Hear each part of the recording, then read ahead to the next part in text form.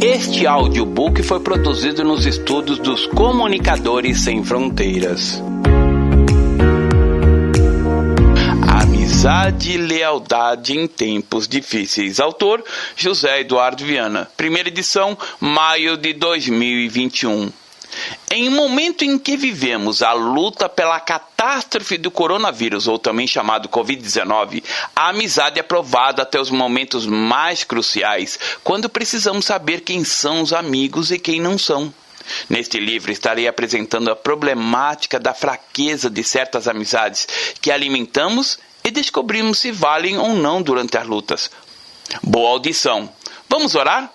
Senhor nosso Deus, nesta oportunidade que esta mensagem está sendo apresentada como o único objetivo de fazer refletir sobre as amizades, tenho o sincero desejo de levar os ouvintes a saberem que nenhuma amizade é mais preciosa quanto a temos contigo.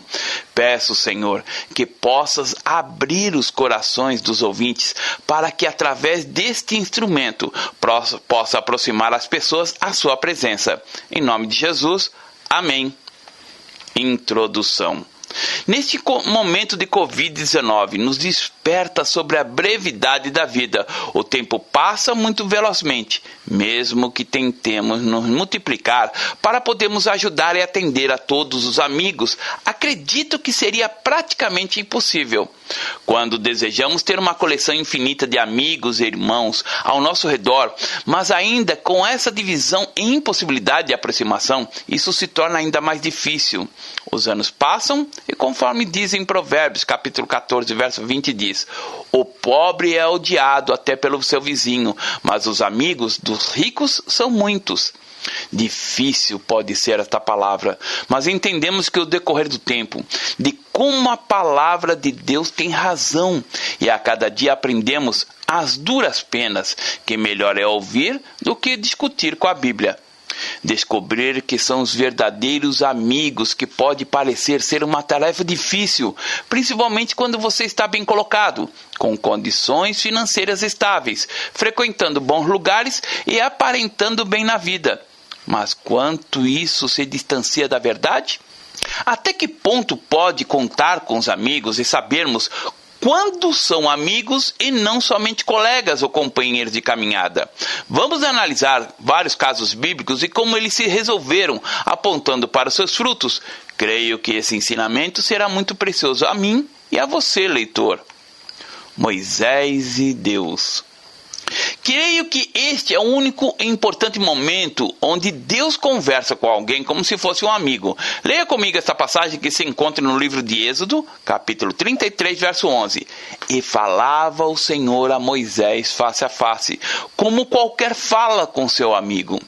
Neste período da passagem, que podemos separar como dois capítulos dos 29 a 40, podemos usar o tema de quando Deus se mostrou abertamente. As grandes perguntas da sociedade até os dias atuais são: por que Deus não intervém mais? Por que não alimenta diretamente os famintos, cura os doentes e detém as guerras? Se Deus existe, por que não se manifesta um pouco mais?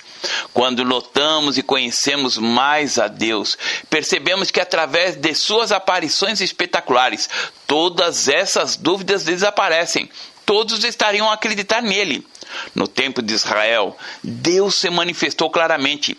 As pragas do Egito haviam revelado o seu grande poder. Um milagre e apareceram os alimentos a cada manhã. Ainda assim tinham dúvidas quanto à existência de Deus, mas era somente olhar para a coluna de fumaça durante o dia ou a coluna de fogo durante a noite para que essas dúvidas desaparecessem. Só precisou de um pouco da caminhada e apontar um mínimo de fome para novamente o povo resmungar e reclamar com Moisés sobre a desgraça de terem partido do Egito, que apesar da escravidão, tinham alimentos, ainda que mínimos, à sua disposição. Mais um período de caminhada e reclamavam, apesar de comerem o maná a cada manhã, de não terem carne. Mais uma vez Deus mandou cordonizes para que ficassem satisfeitos. O povo havia concordado em obedecer a Moisés, que era o intermediário entre eles e Deus, mas no capítulo 32 o povo se rebela, que apesar de estarem vendo que Moisés subira a montanha para receber direção de Deus, quando voltou o povo reclamou perguntando por que somente Moisés poderia falar com Deus. Moisés então pediu ao Senhor para se revelar a eles e o povo não suportou. As muitas reclamações fizeram com que aquela geração de dura cerviz não entrassem na terra prometida. Somente Josué e Caleb que trouxeram a mensagem de vitória, apesar das possíveis dificuldades que poderiam apresentar. Mas fica a questão, por que os judeus? Por que não outra raça? Quando a Bíblia considera esse tema, poucas vezes nos dá uma resposta compreensível. Em geral, a resposta se pode reassumir mais ou menos assim: serei clemente para com aquele que for clemente. Capítulo 33, verso 19. Deus reserva para si o direito de escolher a quem queira. Porém, Êxodo deixa uma coisa bem clara: os israelitas não foram escolhidos nem por sua valentia, nem por seu potencial, nem sequer por sua fidelidade. Sua eleição dependeu de um ato, de uma pura graça da parte de Deus, e ninguém podia mais atribuir este mérito. A paciência de Deus tinha terminado em determinado momento, e Moisés teve que interferir para que o Senhor não acabasse com aquele povo e constituíra outro. Quem poderia falar assim e se atrever de interferir em uma decisão do Supremo Deus se não fosse seu amigo Moisés?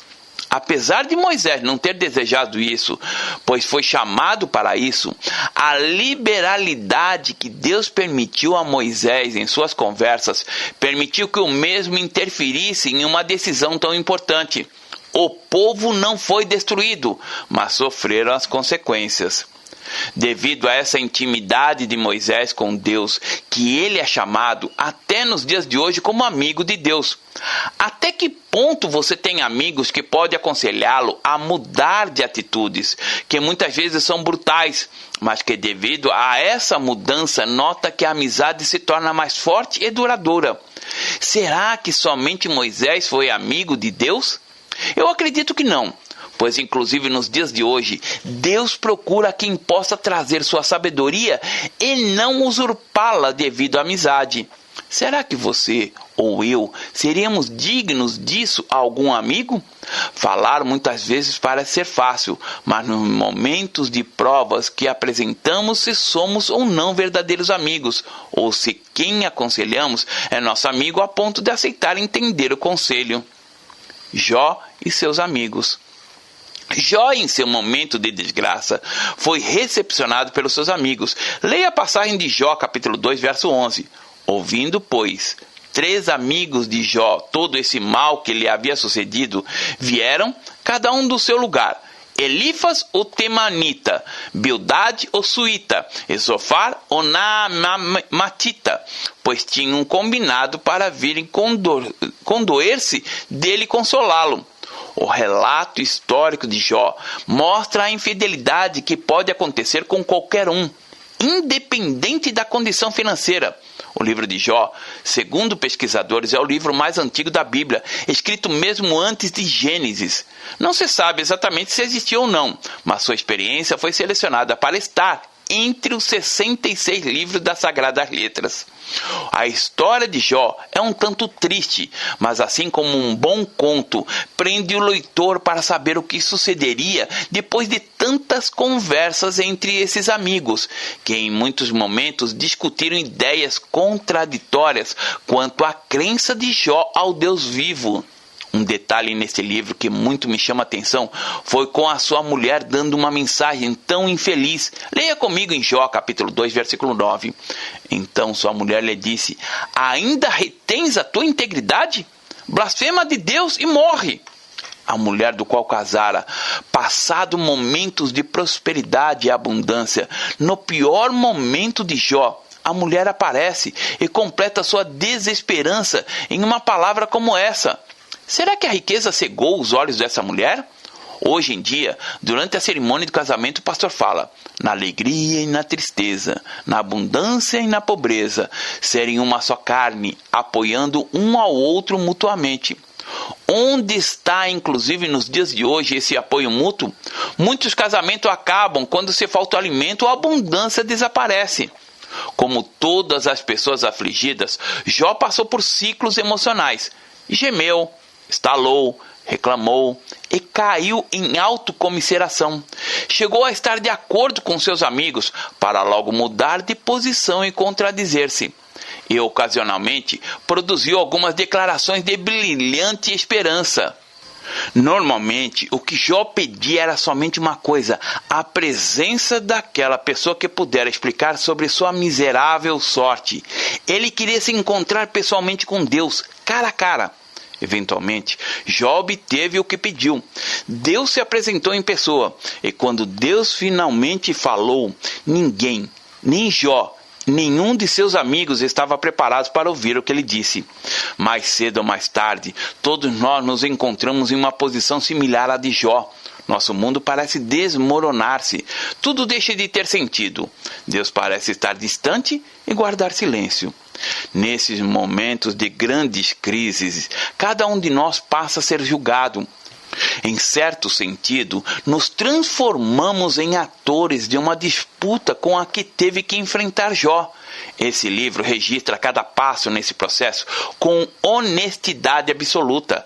A vida de Jó é exposta como exemplo para todas as pessoas devem sobreviver a um grande sofrimento. Este livro dá poucos detalhes sobre a época e o lugar em que se situa o relato. Porém, apresenta Jó como um sheik muito rico do Oriente Médio. Seus 3 amigos, chegados de terras vizinhas, eram também prósperos e respeitados.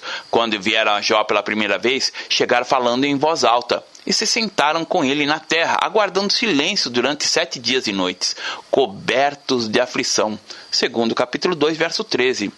Depois que Jó romper o silêncio, cada amigo fez um discurso florido acerca do dilema de Jó. Há 3 ciclos de discursos no total. Elifas, Bildade e Zofar fazem turnos ao falar, permitindo que Jó responda a cada um. Elifas, ele que começa, tem ideias firmes e nobres. Bildade é mais breve e mostra menos comiseração. Zofar, que não fala no 3º ciclo, demonstra paixão e fogo interior. Os amigos parecem ir crescendo em intensidade emocional. O 1º ciclo, capítulos 4 a 14, parece ter esperança de atrair a Jó a seu ponto de vista. No 2º ciclo, capítulos 15 a 21, os discursos se voltam cada vez mais severos e ameaçadores. E quando chega o momento dos discursos finais, capítulo 22 a 25, encontramos os amigos de Jó o acusando abertamente. Notamos nesse livro histórico que muitos amigos achegados, como o caso de Jó, podem nos dar conselhos não tão amigáveis, impondo muitas vezes suposições para se dar uma razão ao sofrimento. Diz em Provérbios capítulo 17, verso 17, o amigo ama em todo tempo, e para a angústia nasce o irmão. São nos momentos de grandes provas que encontramos verdadeiros amigos, que podemos chamar de irmãos. Davi. No livro de Salmos, do capítulo 55, lemos a experiência que teve e relata o rei Davi. No verso 12 diz, 12 e 13, pois não é o inimigo que me afronta, então eu poderia suportá-lo, nem o adversário que se exalta contra mim, porque dele poderia esconder-me. Mas é tu, homem meu igual, meu companheiro e meu amigo íntimo.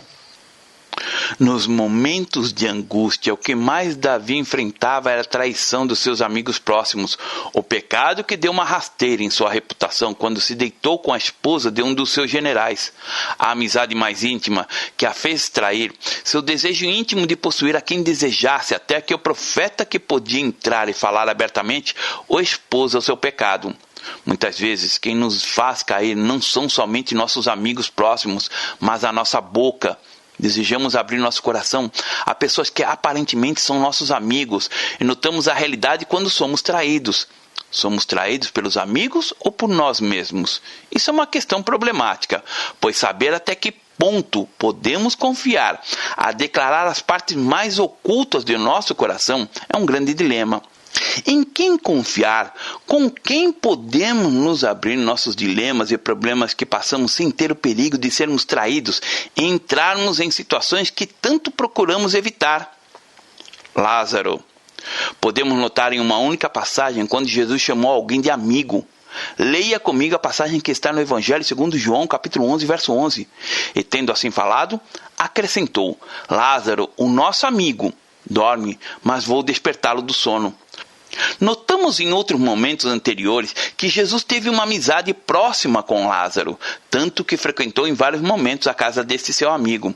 É interessante notar que existe, pelo registro nas Sagradas Escrituras, um só momento que Jesus chama alguém de seu amigo. Muitos judeus se passaram ao grupo de Jesus depois de uma de seus mais impressionantes sinais, a ressurreição de Lázaro.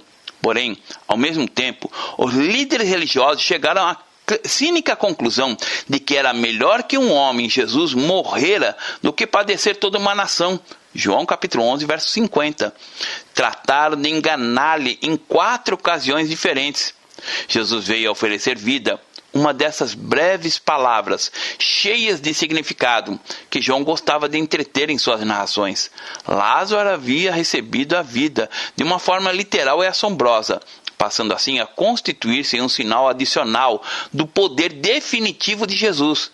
Porém, este fazia as preparações necessárias para entregar a sua própria vida, fazendo o sacrifício supremo do bom pastor. O que vivemos hoje em dia? Quem não foi traído por um amigo? Talvez você que seja novo pode ter ainda não passado por essa experiência, mas no geral, quase todos, de uma forma mais intensa ou mais sensível, fomos traídos por alguém próximo. Mas vamos analisar um pouco mais. Somos traídos por algum estranho? Claro que não.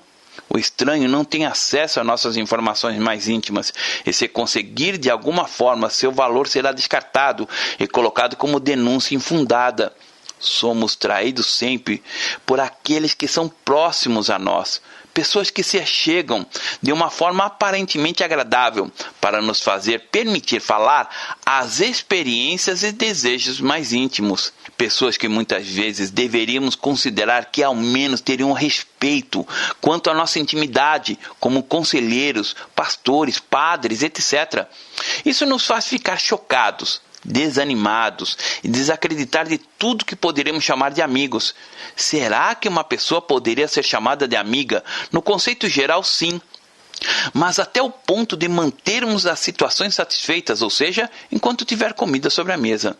Então, como resolver o problema da amizade? Devemos considerar que a amizade, quando exigimos dos outros, está totalmente errada, pois deve-se partir de nós em primeiro lugar, indiferente se a pessoa mereça ou não a amizade preciosa. Considero as palavras para mim um peso ainda maior, devido a trabalhar há muito tempo na área de comunicação e neurolinguística. Para mim, existe a grande diferença entre amizade e coleguismo, ou seja, considera todos colegas, companheiros de caminhada, mas amigos somente aqueles que são próximos, que abre-se e deixe saber dos dois lados, dos seus lados mais remotos e sombrios. Nesse caso, os amigos podem contar talvez nos dedos de uma só mão. Quantas pessoas chegaram a mim se mostrando auxiliadoras e amigáveis e na realidade estavam somente sondando no que poderia levar vantagem nesta parceria. Pessoas egoístas que somente pensam em seus objetivos independentes do que precisam fazer para alcançar seus objetivos. Notei com o decorrer dos anos, e creio que a idade, quando avança, aprendemos a ver as coisas de outros ângulos, que amigos, na realidade, são aqueles que sabem dividir o pão, e mesmo não tendo nada, dividem tudo que têm. Minha experiência morando em albergues, descobri e me assustei que pessoas que não têm nada, que andam vagando pelas ruas atrás de comida sempre, sabem dar e dividir o pouco que têm, muito mais do que as pessoas que são abastadas. Por que será? Creio que essas pessoas souberam que da vida não se leva a nada e que da mesma forma que elas passaram necessidade, não gostariam de ver outros na mesma necessidade. Mas essas pessoas, ao melhorarem de vida, mudaram e, podemos assim dizer, voltaram à normalidade de individualismo e ganância. No geral, contudo na vida, temos sempre 2 caminhos, 2 decisões a tomar. Ou choramos e desistimos de tudo, ou que não vale a pena, depois de tantos sacrifícios, desistir e não aprender com seus erros é na verdade burrice, ou ficar indiferente e desconsiderar qualquer amizade que possa aparecer. Como dizemos, ficar com o pé atrás com qualquer pessoa que tente se chegar a nós. Porém, no decorrer da vida, notamos que sentimos falta de uma amizade sincera e que precisamos aprender a nos abrir com alguém. Isso considero que é um fato psicológico inerente a todo ser humano. Então, o que fazer? Continuando a quebrar a cara com os falsos amigos? Como solucionar o problema da amizade? Como já relatei antes, precisamos encontrar alguém para nos abrir, contar nossas dificuldades e discutir os pensamentos, pois esta necessidade está no interior do ser humano, uma necessidade assim como a alimentação. Calar esse desejo é realmente muito difícil e quem tenta chega às vias da loucura ou esquizofrenismo. Muitas pessoas podem dizer e repetir que os psicólogos repetem que a religião é o ópio do povo, a droga que as pessoas desejam e se viciam. Mas vamos abrir o jogo. O ser humano é realmente um corpo com uma experiência espiritual. Negar isso é o mesmo que, por não vermos, dizer que o ar não existe. Por que será que as pessoas que viviam desgraçando suas vidas em álcool, drogas, quando têm uma experiência espiritual, mudam e melhoram a sua saúde e relacionamentos? Porque a psicologia não consegue nem ao menos 10% ajudar essas pessoas que vivem essas desgraças e que a religião o faz curar por 100% dos casos, quando as pessoas se entregam de coração? Notamos isso claramente nas casas de recuperação. Existem as casas de recuperação e as clínicas de recuperação. Nas clínicas são passados e controlados através de médicos e enfermeiros remédios para acalmar os viciados e assim poder dar aos mesmos o controle parcial das suas atitudes.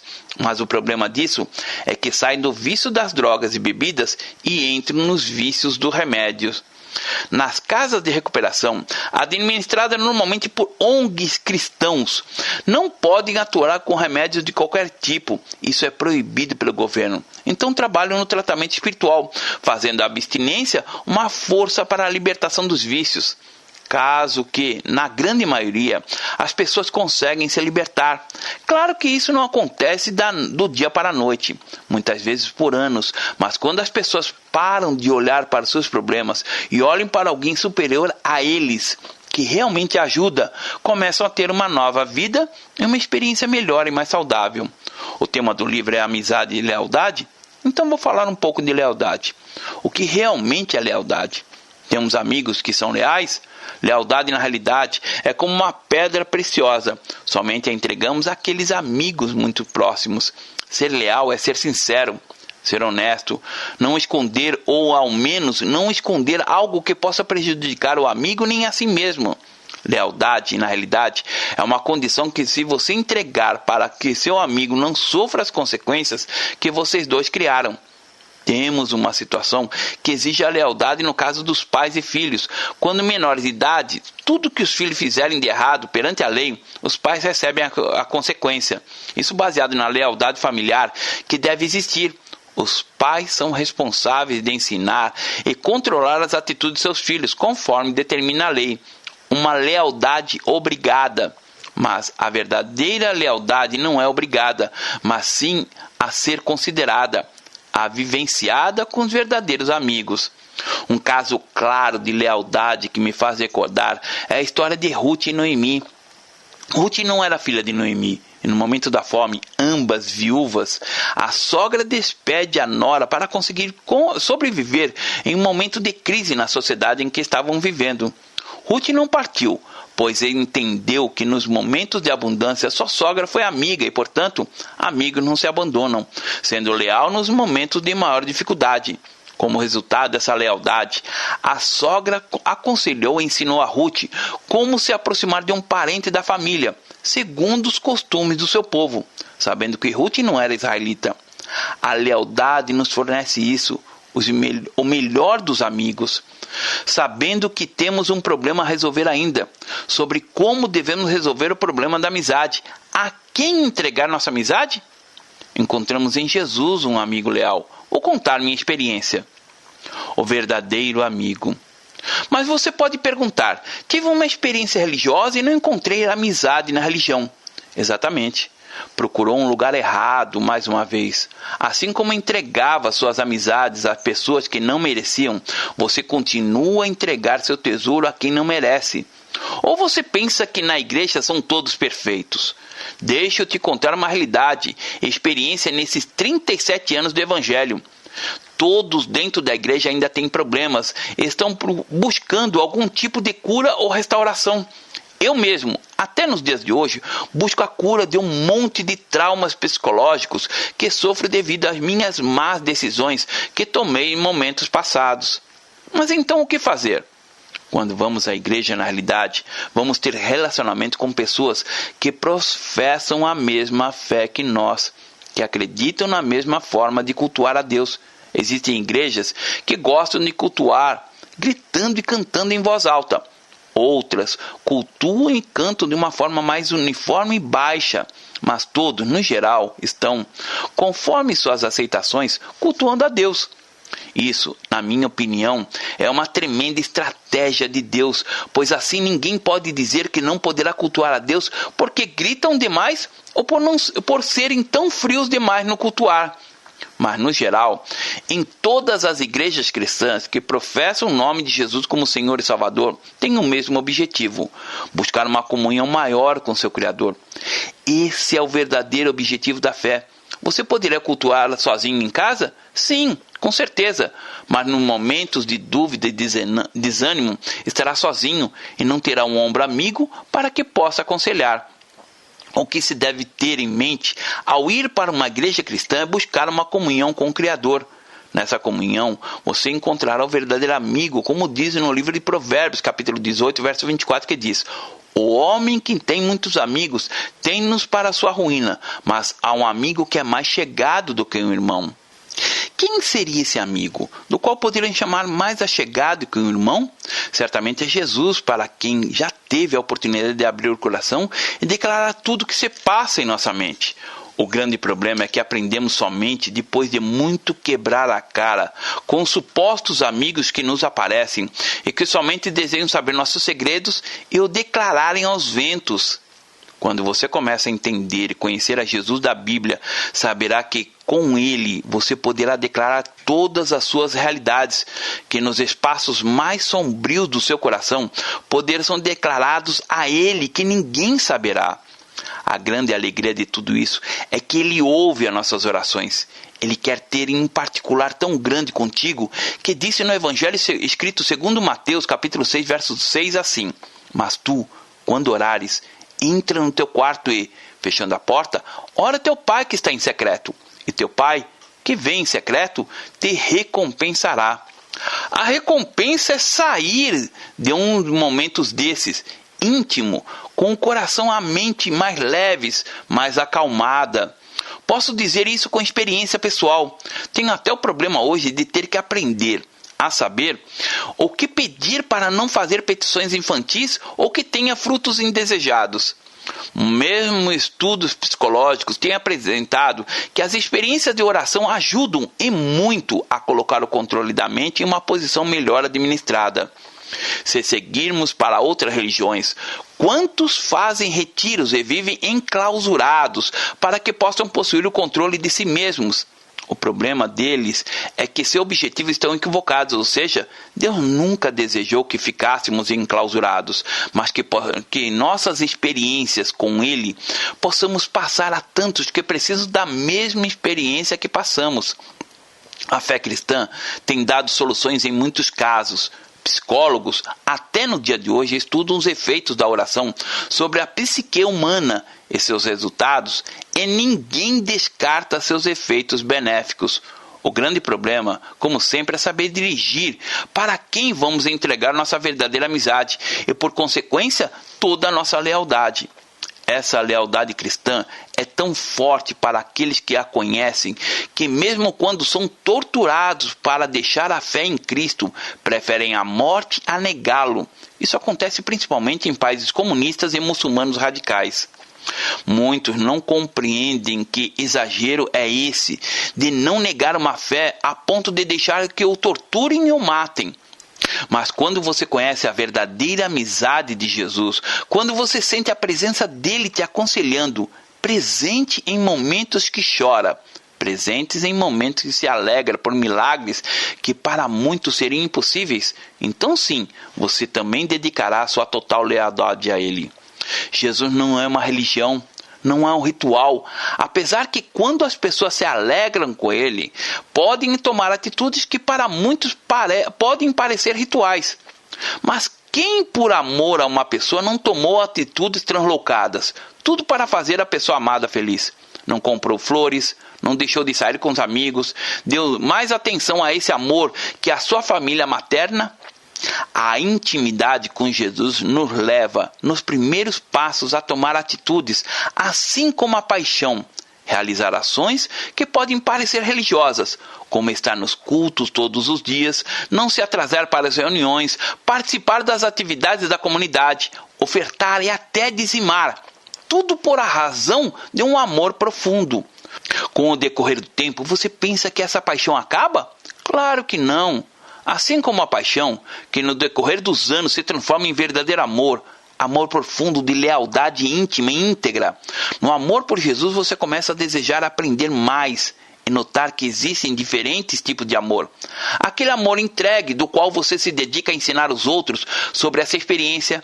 Existe aquele amor social, que por não dedicar tanto, mas faz tudo para que quem se dedica tenha condições de realizar o trabalho de ensino, que é o sustento da obra. Existe o amor platônico, que através de sua capacidade ajuda a administrar a obra, para quem tem o amor entregue possa dedicar mais tempo e assim não ter problemas de perda de tempo com o que é mais importante: pregar o amor em tempo e fora de tempo. Não importa que nível ou que direção você esteja vivendo este amor, que seja verdadeiro, que assim como a paixão de um casal apaixonado possa crescer a se tornar um amor leal, como um amor de pessoas que vivem juntas há mais de 30 ou 40 anos, sendo que quando ou a companheiro ou a companheira falta, não existe mais razão de viver. Jesus é esse amor que nos leva a ter essa experiência de amizade e lealdade, que quando a temos, refletimos para todos que estão ao nosso redor. Tenho o costume de dizer, e normalmente digo às pessoas que estão com sua autoestima baixa, que quem deve ser amado por ela em primeiro lugar é a si mesmo. Sabendo amar a si, terá consciência de quem entregar seu amor e lealdade. Ninguém pode negar a milhões de experiências de pessoas ao redor do mundo que compartilham dessa experiência de amizade e lealdade do amor a Jesus. Uma porque Ele nos amou primeiro e deu o exemplo mesmo a nós, não mereçamos de forma alguma. Isso é lealdade e amor com quem não merece. Quero sinceramente que você possa ter essa experiência com um verdadeiro amigo e leal companheiro, pois Ele disse que estaria conosco todos os dias das nossas vidas. Eu posso declarar que até o momento em minha vida pessoal, apesar de muitas loucuras que pratiquei, mesmo depois de ter conhecido a Ele, nunca me abandonou e sempre foi fiel em tudo a mim. Posso ser sincero, que é o meu sonho ser ao menos 10% fiel a Ele, em comparação à fidelidade dEle por mim. Neste final, quero orar por sua vida.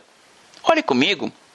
Senhor Jesus, neste momento que essa pessoa está ouvindo esse livro, possa ter a experiência pessoal contigo, pois sei que o Teu Espírito Santo que nos leva a essa comunhão, permita que tenha essa experiência e que possa relatar a sua paixão por Ti, assim como muitos fazem ao redor do mundo. Que essa paixão possa acontecer independente de religião ou ritos, mas que possa aprender que a comunhão em uma comunidade permite que mostremos e declaramos nossa paixão por Ti.